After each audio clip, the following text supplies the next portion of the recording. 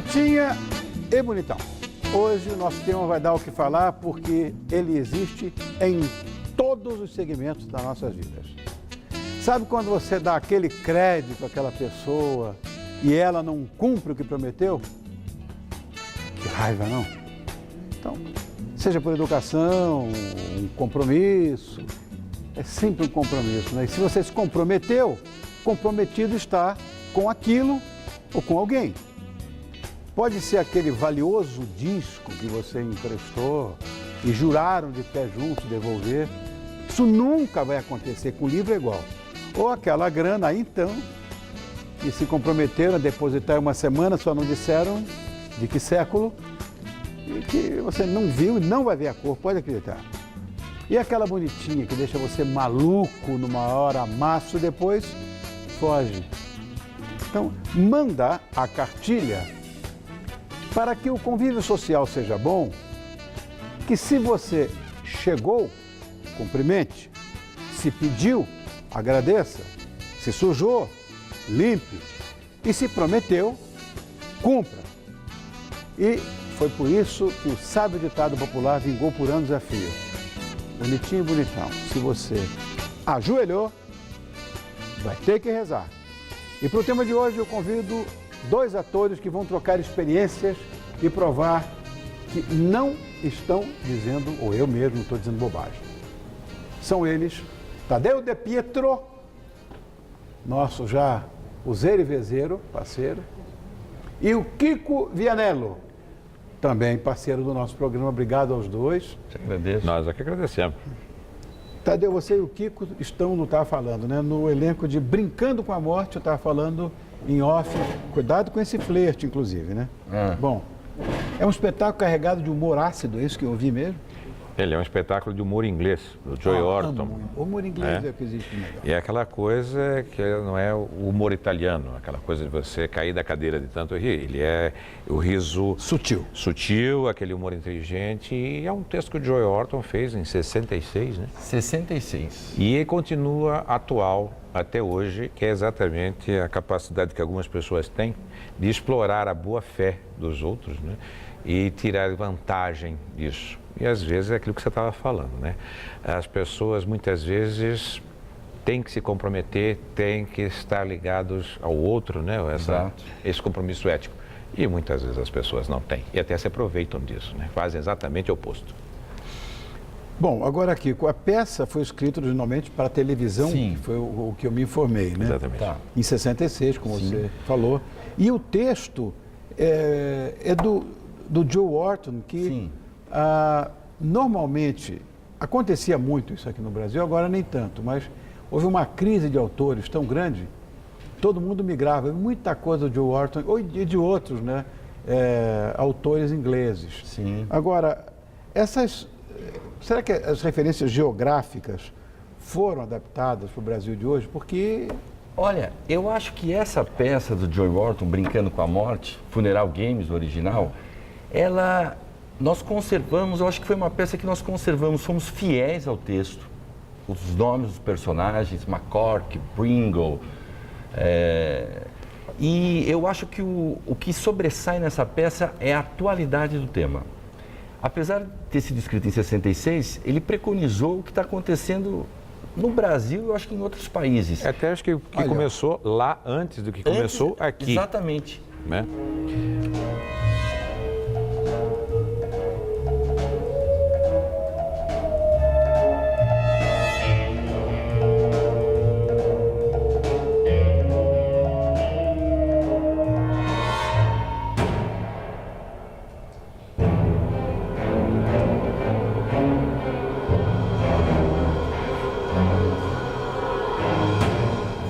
Acho que essa é a exploração da boa-fé, né? Que a gente Eu acho que o trailer, o teaser disse tudo. Brincam mesmo com a morte. Exatamente, exatamente.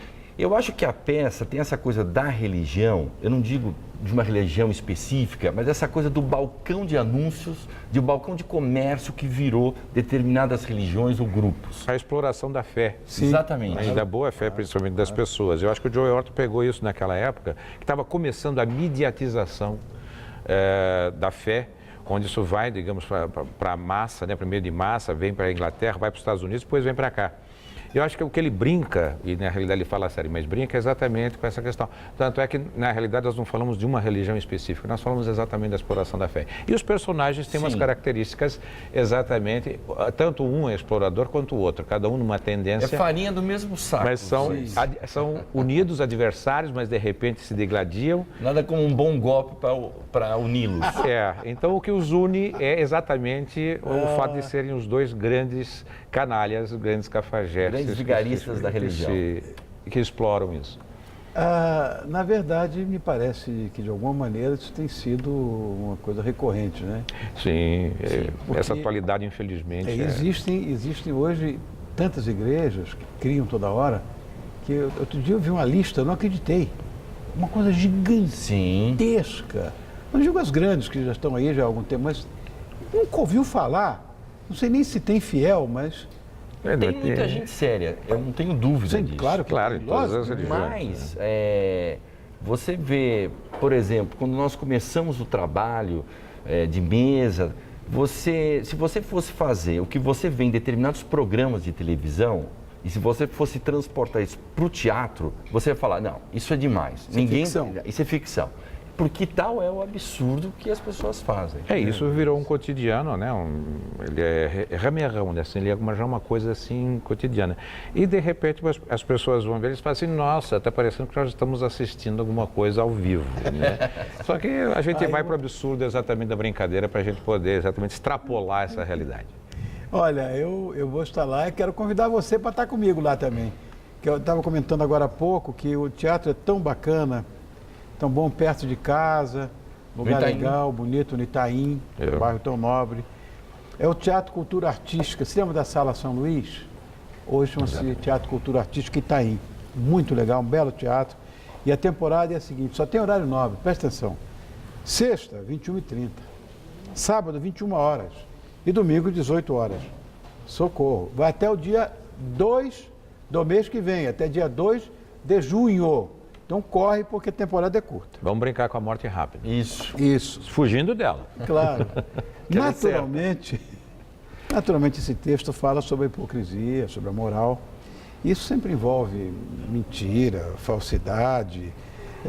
Seriam essas as doenças eternas da humanidade? Nós estamos falando de um texto, de um inglês contemporâneo, mas não devemos nos esquecer que um cara do século XVI e XVII, ele viveu os dois, é o que existe de mais atual hoje. Um tal de William, se lembra dele? Sim. Então, é isso aí, são doenças eternas da humanidade. A idade cronológica, ela muda, mas quem faz essa idade, não. O homem é a mesma coisa. Só muda de endereço cronológico, mas é a mesma coisa. Dizia até Maquiavel, né? Sim, um espetáculo que deveria estrear o próximo mês, mas ele dizia o seguinte, né? O homem, quando não luta por necessidade, ele luta por ambição. E ele esquece mais facilmente a morte do pai do que a perda de patrimônio. Ou seja, o ser humano é um animal desonesto. Isso ele já dizia isso lá no 1500. Né? Então, se a gente imaginar que essa doença, acho que permanece até hoje. Acho que é por isso que a gente tem que lutar para esse conceito de que ou melhoramos a humanidade, ou melhoramos o nosso conceito da sofisticação de civilização, ou nós vamos cair na barbárie. Só tem uma coisa que me tira do sério, é quando aquela pessoa também promete e não cumpre. Onde é que foi parar o valor das nossas próprias palavras? Vocês têm ideia? Me avisem.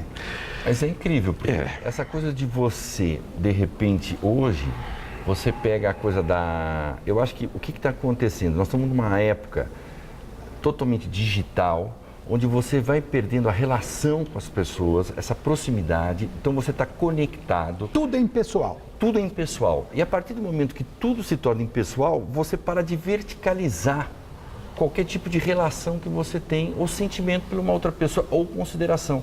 Eu, às vezes, fico abismado como as pessoas, às vezes, não respondem um e-mail, você entendeu? Não respondem uma mensagem, então a coisa vai ficando só aquela coisa. Eu acho que está faltando, está faltando o olho no olho. Isso é uma das coisas que a gente está perdendo. Acho que até pela questão da comunicação virtual, O olho no olho significa o seguinte, quando eu olho para você e digo, olha, é minha palavra, você sabe que essa pessoa vai te olhar novamente de volta e vai dizer, você não deu sua palavra. Quando você faz isso virtualmente, até você percebe muita gente que entra na internet sai do ar. impessoalmente. É tudo impessoal. Dizem que tal, não sei o que, eu acho que não sei o que, mas ela não se coloca frontalmente. Eu acho que a perda de valores que a gente tem hoje, e essa questão da ética, é a falta da capacidade das pessoas voltarem a se olhar no olho e dizer o seguinte, eu sou eu. E eu quero dizer o seguinte, confia na minha palavra, porque ela tem a história, da minha vida. Isso hoje está um pouco, digamos, desgastado. Ninguém mais se preocupa com... Tudo é relativo. Ninguém se preocupa com a própria história. Olha, é o seguinte, vamos ser pragmáticos. Neste momento eu estou dizendo isso. Daqui alguns dias, daqui uma semana, pode ser que eu esteja dizendo diferente, porque o momento exige isso. Eu acho que a falta desse conceito de ética e de sabermos quem somos, e a nossa palavra valer alguma coisa, é que está fazendo tudo ser muito fluido, muito diluído. Eu acho que nós precisamos voltar a pensar na nossa história, que nós possamos ser reconhecidos pela nossa história, não pela semana em que estamos vivendo. Não me convidem para dar entrevista via e-mail. Eu não faço. Eu tenho que olhar no olho, ou tenho que, no mínimo, falar no telefone. Porque aí não tem erro. Agora, assim também acontece com a maioria dos políticos. Que essa nos é uma outra enganam. categoria, né? Toda vez, é impressionante. Prometeu, cumpriu, gente.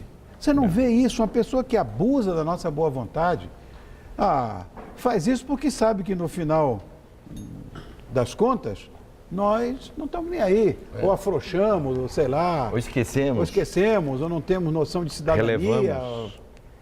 Socorro.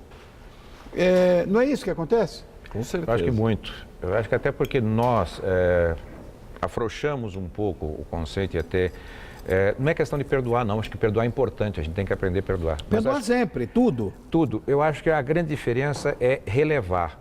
Acho que as coisas se desgastaram a tal ponto hoje que nós relevamos e as pessoas relevam da gente. As pessoas se acostumam com isso. Eu acho que o compromisso, quando a gente tem esse compromisso que você está falando, olha, você se comprometeu comigo? Eu confio em você. Quando eu não posso mais confiar em você, você não pode mais confiar em mim, significa que nós perdemos os valores sociais.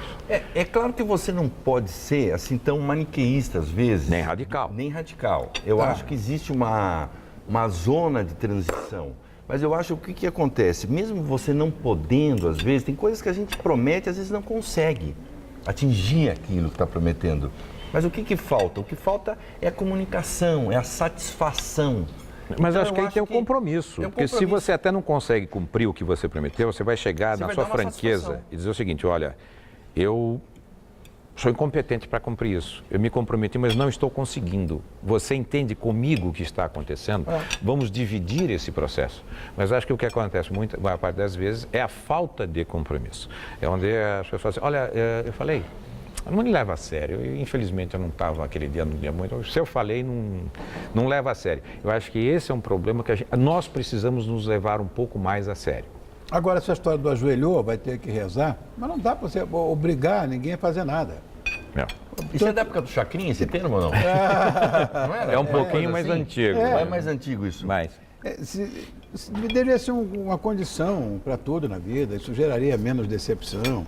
O exemplo clássico, por exemplo, é quando você está no maior amasso e de repente pinta um sinal vermelho. Levando de um lado para o outro, que aí você para, mas a pessoa continua instigando. Quer dizer, é um teste de paciência, porque é aquela coisa, eu já vi muito isso. Não. Mas é um não que é sim, né? Pelo amor de Deus. Depende de você, né? Depende de você, porque acho que aí também existe um compromisso. Porque, por exemplo, se há um assédio e você deu a entender, então você percebe que isso pode continuar. Mas, de repente, se você não deu liberdade, mas esse assédio permanece, isso, por incrível que pareça, acontece com nós homens também. É verdade, sempre.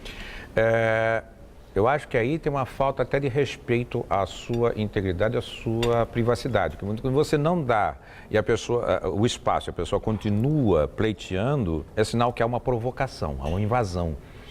E há até uma agressão, claro, eu acho, nesse sentido. E o que acontece também de sempre, né, é que não dá para falar amém para tudo, a gente sabe disso, mas depois de tantos tombos que você leva na vida, você ainda dá crédito àquela pessoa que sempre deixa você a ver navios. Também. Quer dizer, não sei, aí eu acho o seguinte, o problema não é dele, deve ser seu. Você sabe que eu não lembro agora qual é o escritor, mas eu acho que é uma frase mais ou menos assim, que a gente só magoa as pessoas que gostam da gente. Porque às vezes são as pessoas que gostam da gente que dão crédito pra gente. Então, essa coisa é muito louca, porque aquele que você vai falar ou vai pedir alguma coisa e aquele já fala não de cara, esse você nunca vai ter problema. Agora, aquela pessoa que gosta de você, que te dá o crédito e que se arrisca por você, essa pessoa, de repente você magoa ou você não cumpre. É o que eu falo, eu acho assim. Até porque você não teme a consequência. Aí é mais uma vez Maquiavel. Os homens ofendem mais aos que ama do que aos que odeia. E os que temem. Porque os que temem, ele respeita e segura. Agora, quem ama, ele pode enfiar o pé na jaca. Mas eu acho que não é isso. É uma questão, às vezes, por exemplo, as pessoas que são solidárias hoje são as pessoas que gostam de você. Porque hoje ninguém é mais solidário praticamente com ninguém. Lógico. Francesco, vem cá, Francesco. Pô, você quase arrebentou. Espetacular. Gostaram da combinação? Espetacular. Isso aqui é polpetone. Polpetone de bacalhau, eu nunca vi isso na minha vida. E com essa maionese, ela vai bem. Puxa um pouquinho da maionese junto Sucesso com o polpetone. Isso aqui. Parabéns. Se quiser, obrigado. Olha, se quiser falar com o Francesco um pouco mais a miúde, Sim. ele está ali lá no Moema. No Moema. Tá na Gaivota, né? Gaivota 491. Está lá com Benedetta, pasta e polpetone. De fato é bendito, viu? Vamos chamar a noite. Vamos lá, porque tá ótimo. 560973, Gaivota 491. Obrigado. Muito obrigado. Lindo. Obrigado. Tá vindo a sobremesa também, para que gostem. Você vê que o mundo é bom? Acaba o programa, a gente continua aqui. Maravilha. Crianças, muito obrigado por terem vindo. Kiko, obrigado. Eu que agradeço. Que seja um grande sucesso esse texto que vocês estão fazendo. Olha ali, olha isso aqui. Olha Chocolate. Nossa Senhora. Como é que é o nome? E voltem sempre. Essa é a torta Benedetta. É uma torta que vai sem farinha de trigo. Olha que coisa de louco. Delícia. Eu vou deixar do lado aqui, porque a hora que terminar, esse já tem Bom, prato de sobremesa. Bonitinha. Te Bonitão, agradeço. agora vocês vão dar licença que nós vamos jantar, porque nós somos filhos de Deus. Mas amanhã estamos esperando você aqui. E pode ter a mais absoluta certeza que todos nós amamos você. Te espero. Um beijo. And I'm trying not to sleep, 'cause I know